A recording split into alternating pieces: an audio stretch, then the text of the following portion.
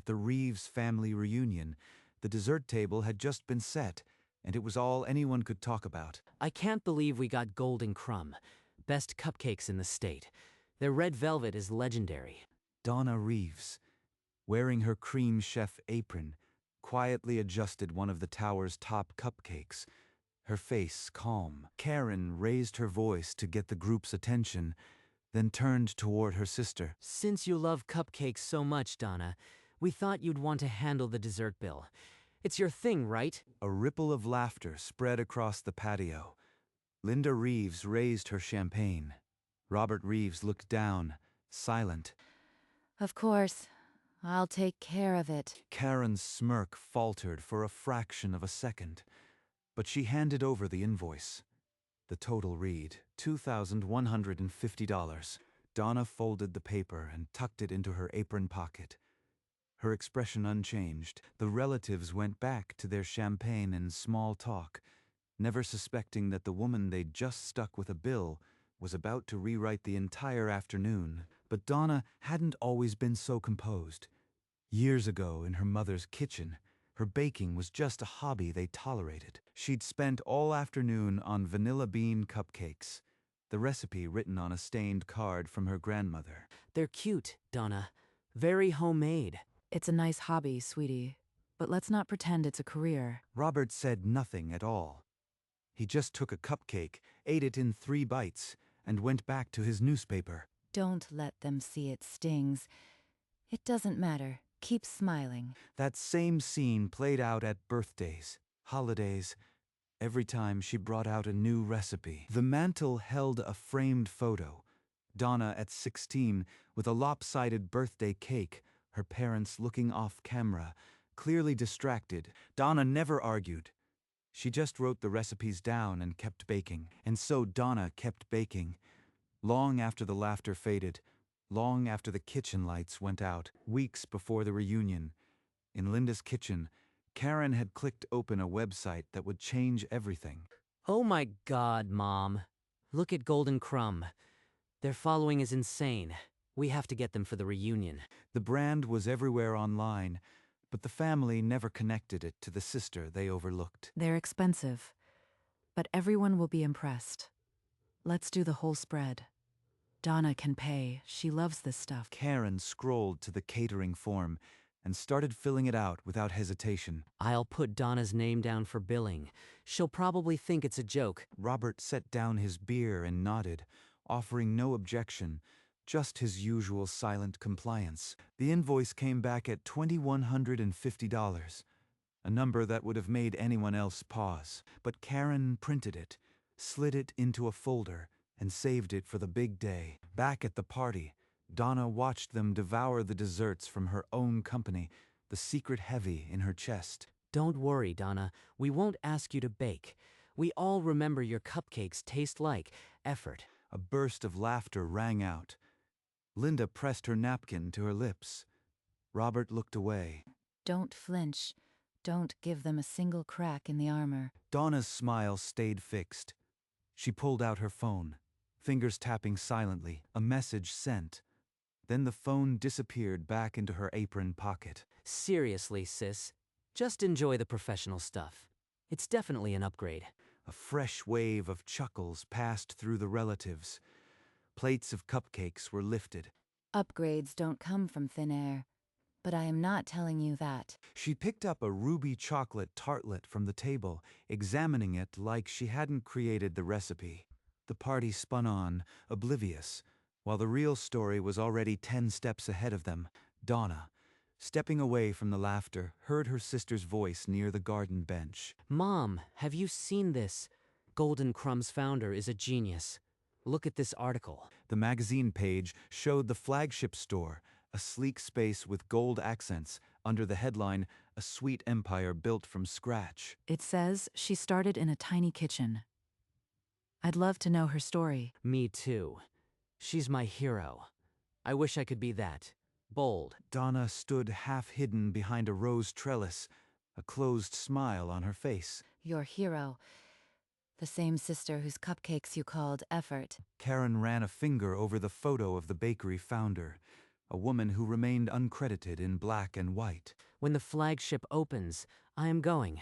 First in line. Donna turned away, her chest full, her secret heavier than ever. Robert caught Donna's arm near the garden wall, pulling her aside where the music was softer. I am sorry Karen's putting this on you, but the bill's pretty steep, and we need it covered. Pretty steep. You don't know the half of it. Just pay it, and don't cause a scene, okay? It's not worth the drama. I told you, I'll handle it. Robert's shoulders dropped in relief, misreading her calm as surrender. That's my girl, let's get through this, and we can forget about it. Forget about it. Like you've forgotten everything else. He squeezed her arm and walked back to the drinks, satisfied he'd managed the problem. Donna watched him go, the folded invoice still warm in her pocket, and let the feeling finish naturally. To let the feeling finish naturally. So, Donna, when exactly do you plan to settle up? Or should we start charging interest? Donna reached into her apron pocket and pulled out the folded invoice, her face giving away nothing. Karen plucked it from her fingers before she could even unfold it. $2,150. Good luck, sis. Maybe your next hobby will be more profitable. Laughter scattered across the patio. Linda shook her head with a thin smile. Donna simply took the paper back, smoothed it, and folded it again.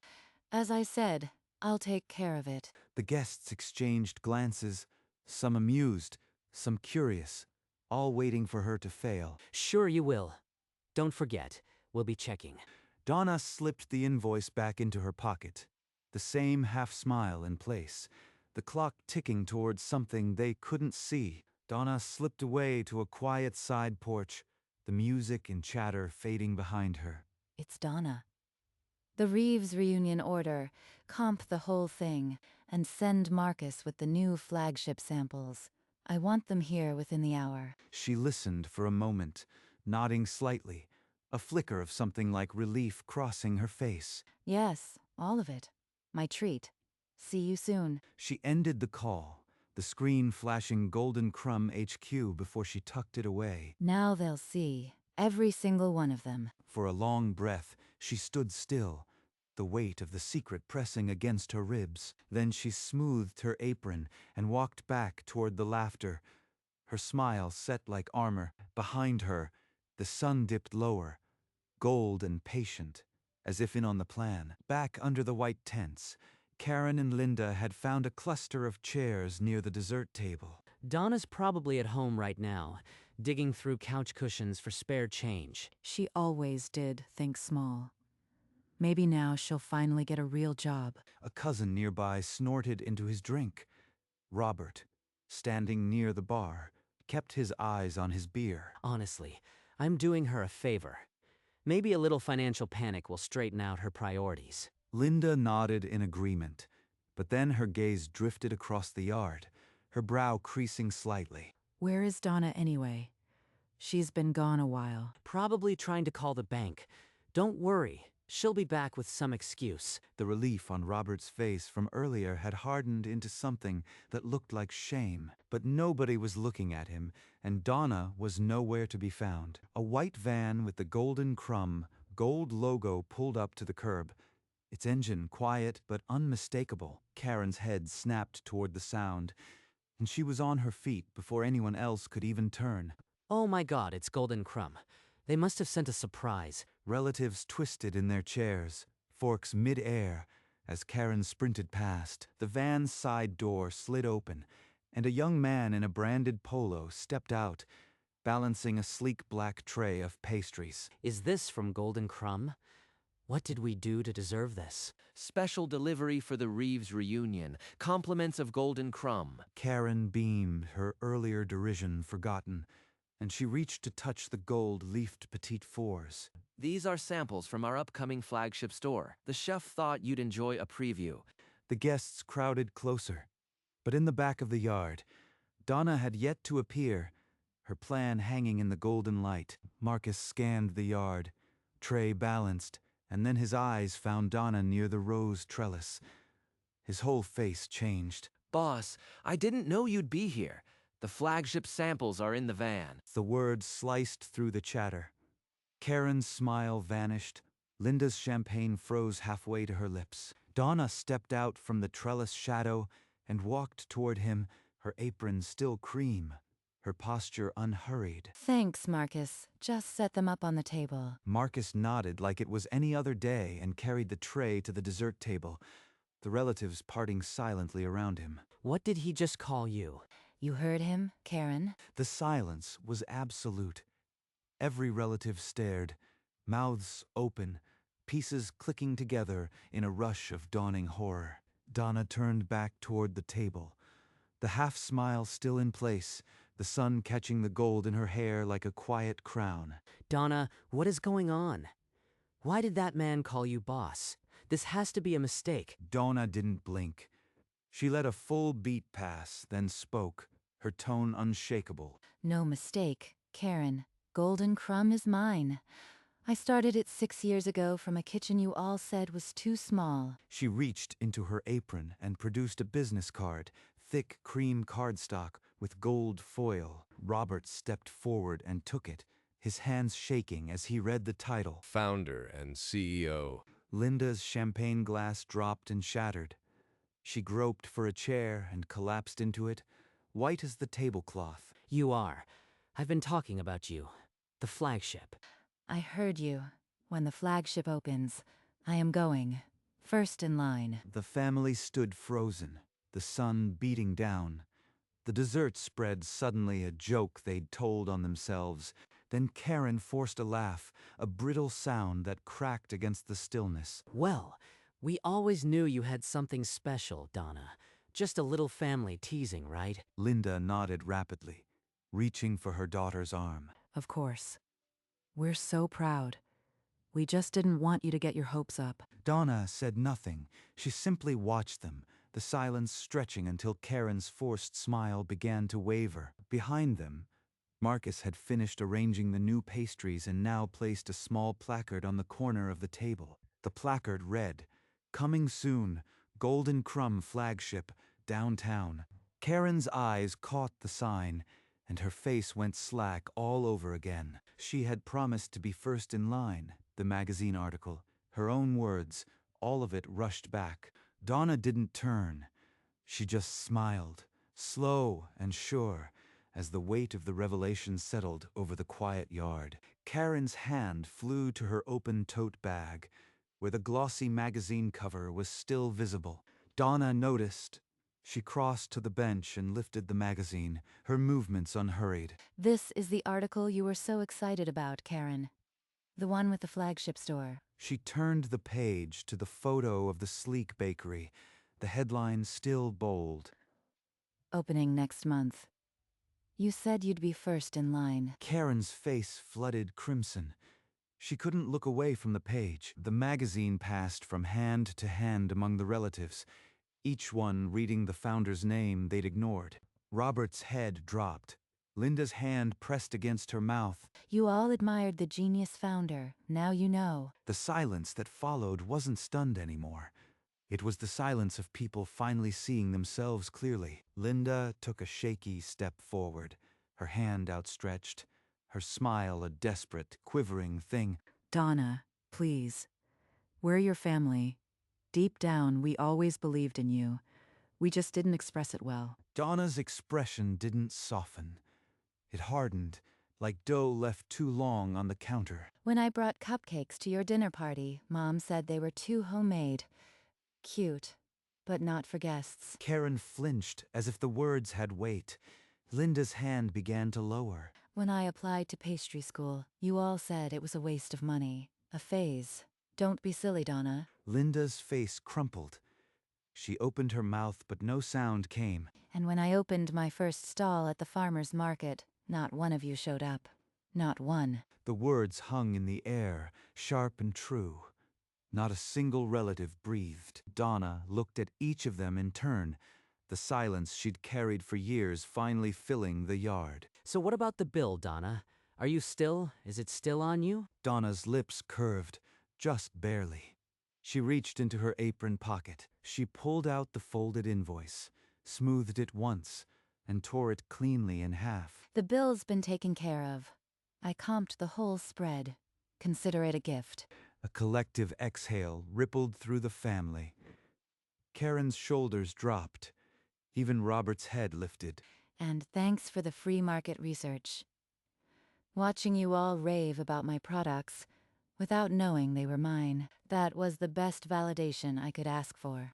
The relief evaporated. Karen's face went from pink to scarlet. Linda looked as though she'd swallowed a stone. Donna had turned their own greed and mockery into a testimonial for her brand. She watched them squirm, her smile gentle but unyielding, the debt paid in full. Donna turned to the dessert table, lifted an empty golden crumb box, and began filling it with leftover pastries. Her movements were unhurried, each golden-flecked tartlet placed with the same care as the day she designed them. She closed the first box and held it out to Robert. He hesitated, then accepted it with both hands. Take some home, Dad. The new flagship opens next month. I'll send you an invite. Robert's lips moved, but nothing came out. He just nodded once, his eyes on the box. Donna moved to Linda, who stood frozen, as if any movement would shatter something. She pressed a second box into her mother's hands with the same easy grace. Here, Mom. Enjoy the rest. Linda's hands trembled as she took it. She held the box like it was something precious and painful at once. Donna smoothed her apron, stepped back, and let the silence answer the question no one had the courage to ask. Donna turned and walked toward the golden crumb van, her back straight, her shadow long in the late sun. You think you are so much better than us, don't you? Donna stopped. The yard went silent again, the only sound the distant rustle of leaves. I don't think it, Karen. I proved it. Every time you laughed, I was opening another location. While you were planning the reunion, I was signing the lease on the flagship. Karen's mouth opened, but no words came. Donna didn't wait for them. She climbed into the van's passenger seat, her apron a slash of cream against the dark interior. Marcus swung the door shut with a solid thud, the sound echoing in the stunned silence. The van pulled away, its logo glinting once in the sun before disappearing around the corner, and the Reeves family stood exactly where she'd left them, holding boxes of cupcakes they'd never look at the same way again. Inside the van, the air was cooler. Marcus glanced at Donna, his hands steady on the wheel. That was intense. Are you okay, boss? It was a long time coming. Donna didn't elaborate, and Marcus didn't push. He understood the weight of what he'd witnessed. She looked into the side mirror, watching the white tents shrink to specks. 6 years. And now it's over. The reflection of her own eyes caught her by surprise. They weren't sad. They were free. The van turned a corner, and the last trace of the reunion vanished. Marcus turned toward the route to the bakery, and Donna let her head rest against the seat. Outside, the sun was still gold, but the heat of the day was finally beginning to cool. Donna unlocked the glass door and stepped into the flagship, the smell of new construction welcoming her home. The marble counter stretched before her, unmarked and ready. She ran her hand along its surface, the same way she used to smooth fondant on a homemade cake. This bakery was the answer to every dismissal, every cute hobby she'd ever heard. What began in a cramped kitchen had become a name known across the state. She filled a small cup with espresso, the machine hissing softly, and lifted it in a silent toast. Outside the window, the city was waking to evening, oblivious to the quiet victory inside. Not bad for a cupcake hobby. She smiled, not for anyone else, but for the woman who had refused to stop. And in the golden hush of her own creation, Donna Reeves stood exactly where she belonged. Later that evening, Donna sat in her favorite armchair, the old photo of her first cupcake stall held loosely in her hands. That stall at the farmer's market. The one none of them came to. Her phone buzzed, lighting up with a single name on the screen. A message from Karen. I didn't know. No one ever asked. She typed the 4 words, pressed send, and set the phone face down on the table. The reply sat on the screen, brief and final. Then she picked up the framed photo, looked at it one last time, and set it face down on the table. The past wasn't erased, but it no longer had its hooks in her. She leaned back, closed her eyes, and let the quiet of her own home settle around her. Morning light poured through the flagship windows, warm and clean, as Donna Reeves stepped behind the counter. She lifted the magazine she'd brought and opened it to the article Karen had once gushed over. The headline read, "A Sweet Empire Built from Scratch." Her thumb traced the photo of the flagship, the very room she stood in now. She closed the magazine and set it aside, her eyes taking in the marble, the gold accents, the light. She walked to the front door, flipped the sign from closed to opening soon, and drew the lock. The door swung open, and she stood in the threshold, the first cool breeze of the morning touching her face. Then she stepped back inside, letting the door stay open, as if the whole city was welcome. Behind her, the sign showed its new message to the world, and in her own bakery, built from a dream they'd called a hobby, Donna Reeves stood rooted and